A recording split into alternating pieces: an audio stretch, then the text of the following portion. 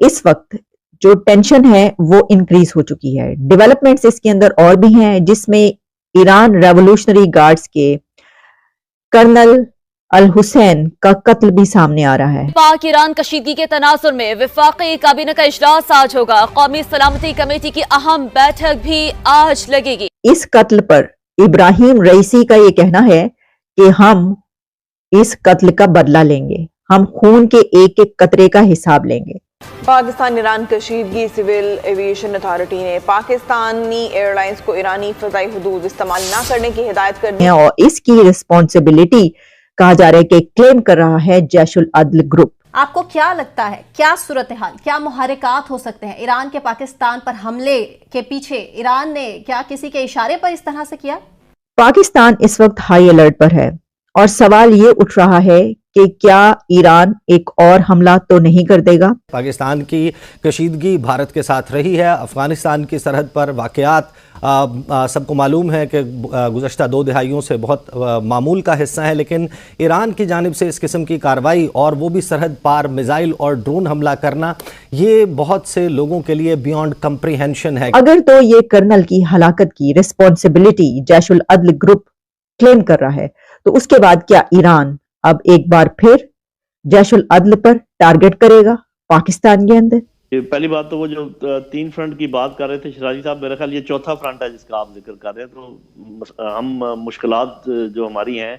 اس میں یہ چوتھا فرنٹ بھی ہے. یہ بات کہنا کہ ہم خون کے ایک ایک قطرے کا حساب لیں اس وقت ہائی الرٹ پر ہے اور سوال یہ اٹھ رہا ہے کہ کیا ایران ایک اور حملہ تو نہیں کر دے گا؟ اور ایران نے جب حملہ کیا تو اس کے بعد بھی پاکستان کی طرف سے کوشش کی گئی کہ ایران اس کے اوپر معافی مانگ لے یا ایسا رویہ اختیار کرے کہ جس کے بعد پاکستان کو ریٹیلیٹ نہ کرنا پڑے. خبریں اب بیچ سے یہ آ رہی ہیں کہ پاکستان یہ چاہتا تھا کہ اس کا جواب نہ دینا پڑے اور ایران یہ کہے کہ اس سے غلطی ہوئی ہے اور اس نے جو کیا ہے اس کی کوئی نہ کوئی ایکسپلینیشن آ جائے تاکہ بات آگے نہ بڑھے. لیکن جب ایران کی طرف سے کہا گیا کہ ہم نے یہ حملہ کیا ہے اور بھی کریں گے, تو اس کے بعد پاکستان نے سٹرائک بیک کرنے کا فیصلہ کیا. دیکھیے اس وقت جو ٹینشن ہے وہ انکریز ہو چکی ہے. ڈیولپمنٹس اس کے اندر اور بھی ہیں جس میں ایران ریولوشنری گارڈز کے کرنل الحسین کا قتل بھی سامنے آ رہا ہے اور ایران کی طرف سے یہ کہا جا رہا ہے کہ کرنل الحسین کسی کلچرل ایکٹیویٹیز کے اس کے مشن پر تھے وہاں پر, جس جگہ پر جو کہ کہیں پر زاہدان آ رہا ہے, کہیں پر بارڈر کہا جا رہا ہے پاکستان کے ساتھ جو بارڈر ہے, ان کو جو قتل کیا گیا اس کے ساتھ ہی ان کے 2 باڈی گارڈز بھی مارے گئے ہیں اور اس کی رسپانسبلٹی کہا جا رہا ہے کہ کلیم کر رہا ہے جیش العدل گروپ. اب جیش العدل گروپ وہی ہے کہ جس کو ٹارگٹ کیا ہے ایران نے. ایران نے جب حملہ کیا پاکستان پر تو اس نے کہا کہ ہم نے جیش العدل اس دہشت گرد گروپ کو ٹارگٹ کیا ہے جو ایک عرصے سے ہمارے گارڈز کے, پولیس کے, فوجیوں کے خلاف کارروائیاں کرتا چلا آ رہا ہے. تو اگر تو یہ کرنل کی ہلاکت کی رسپانسبلٹی جیش العدل گروپ کلیم کر رہا ہے تو اس کے بعد کیا ایران اب ایک بار پھر جیش العدل پر ٹارگٹ کرے گا پاکستان کے اندر یا بارڈر پر یا کس جگہ پر؟ تو یہی وجہ ہے کہ میں نے کہا کہ پاکستان اس وقت پورے طریقے سے ہائی الرٹ ہے اور وہی سوال اٹھایا جا رہا ہے کہ اب کیا ہوگا. دیکھیں یہ اس قتل پر ابراہیم رئیسی کا یہ کہنا ہے کہ ہم اس قتل کا بدلہ لیں گے, ہم خون کے ایک ایک قطرے کا حساب لیں گے.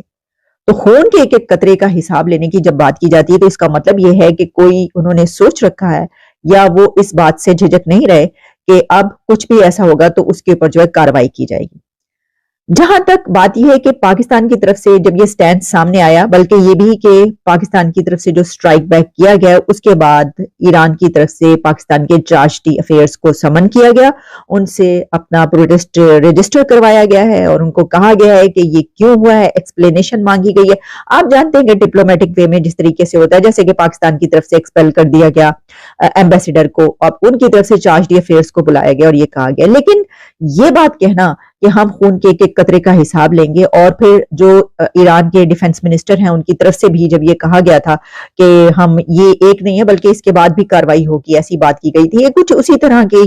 صورتحال لگ رہی ہے کہ افغانستان کی طرف سے بھی جب ان کے ڈیفنس منسٹر بات کرتا ہے تو کئی مرتبہ یہ